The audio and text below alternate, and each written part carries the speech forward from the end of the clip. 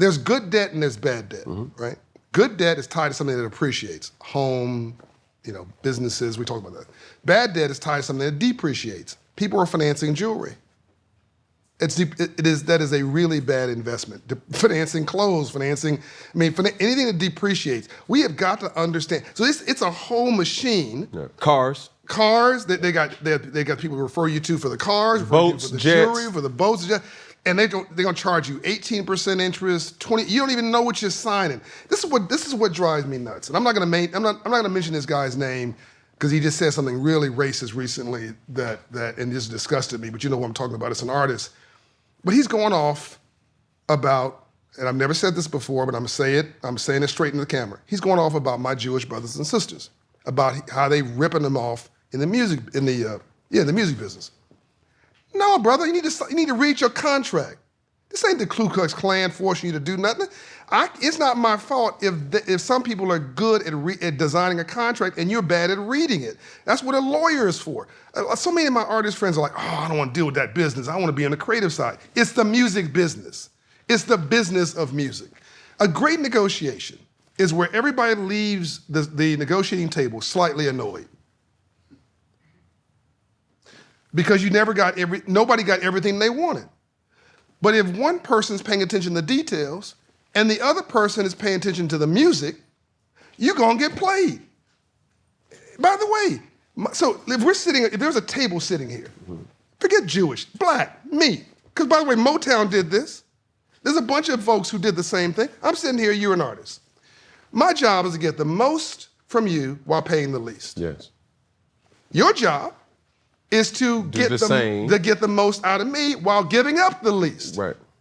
If I'm a better negotiator than you, or if I'm paying attention to the business, and you're paying attention, I don't know, to the girl walking down the hall, or you're just in la la land, I'm gonna clean your clock.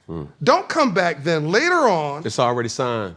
And now you're upset with me because I negotiated a great deal. That's my job. Yes.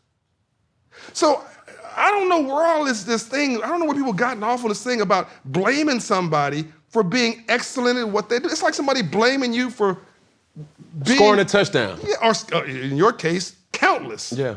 Well, don't hate on him. Praise him. He's good at what he does.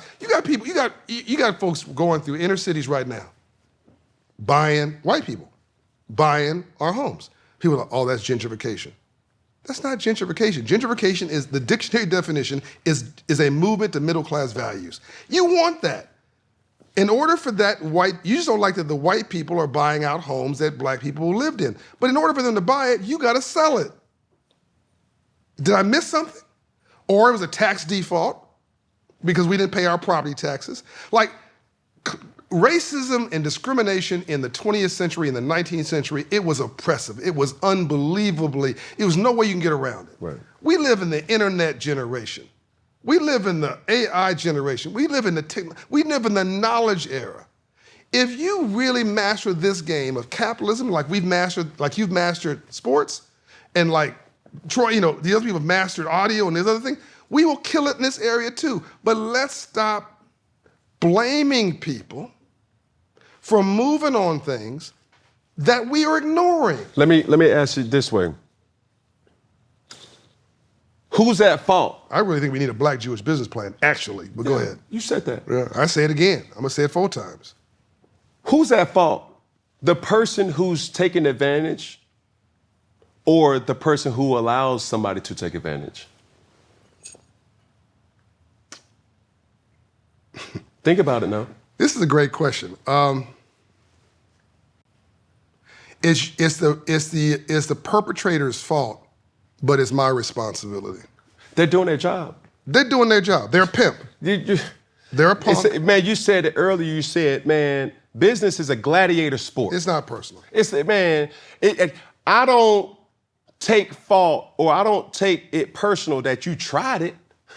It's your job to try. It's your job to try. I'm more at fault because I've allowed you to do it. 100%. You see what I'm saying? So to your point of talking about the music industry, me talking about sports and agent contracts, it's their job to do that. It's your job to protect yourself, to know like, oh, whoa.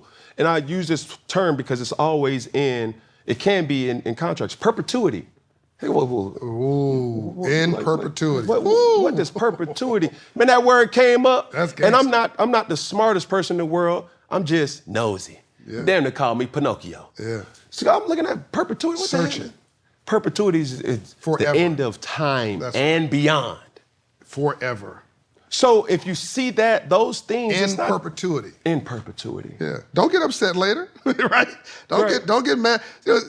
Brother, again, another artist here in Atlanta, he went and got a loan from SunTrust, used to be called SunTrust, now Truist, a mansion, had a Rolls Royce, and then things didn't go so well for him later years. And so SunTrust, now Truist, they wanted their car back. They wasn't paying the note on the Rolls Royce. He calls it racism. No, it's capitalism. If you don't pay, I'm going to repossess. I mean, what's complicated about this? People cursing people out about coming to get their repossessed car. You didn't pay for it, right? And you shouldn't have a $1,000 payment a month anyway.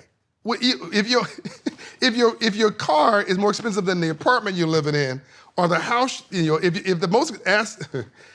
that's the most valuable thing you have, you got a values problem anyway. Like, we just have to change our entire mindset from beginning to end. Unpack it and repack it with excellence in mind. I'm gonna change it. I'm gonna change the commodity for you for a better understanding, right? By the way, 500 credit score. Everybody listen to this.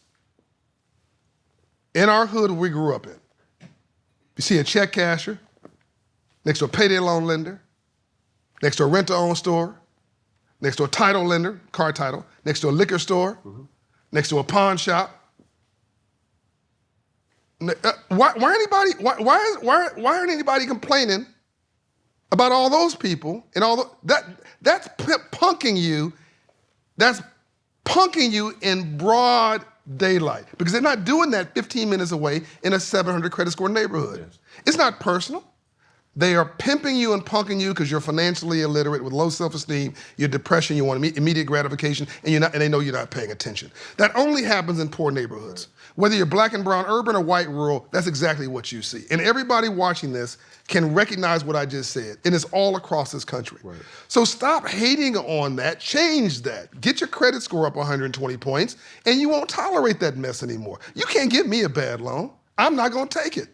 I've got the best rates in town. I'm selling a house right now, $1 million house right now. I got a 3% mortgage on it.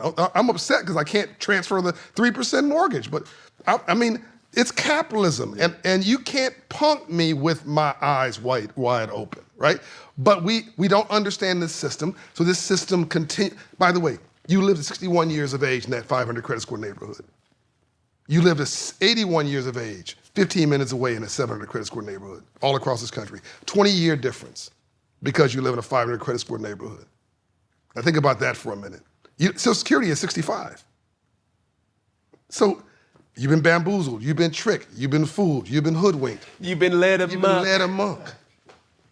You about to change the analogy. No, I just change the commodity of, it happens all around us, and you may not necessarily know it or give the understanding for it, because you say repossessed, right? The people want their money, right? Okay, let's change the commodity through this lens.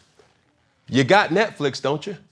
You got Amazon, don't you? You got Hulu, Vudu, all the do's and oohs and wahs for entertainment. If that card that's on file does not pay for that monthly subscription, what's gonna happen, Mr. John? Well, look, this common sense. You're not going to have access to it. You're not going to have access. So no different. What the commodity is, you see it in your whole life is capitalism. Like, from the time you get up, the government didn't give you any sheets.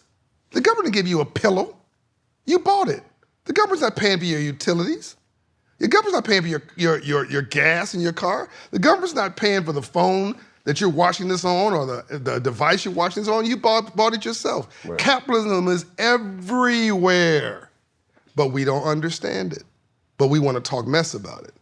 Well, the capitalists love you talking mess, because you're going to get exhausted after talking mess, and then you're going to go sleep on their bed that they financed, that you put in the stock. The company, the sleep on the bed for the stock that they own or the company that they own.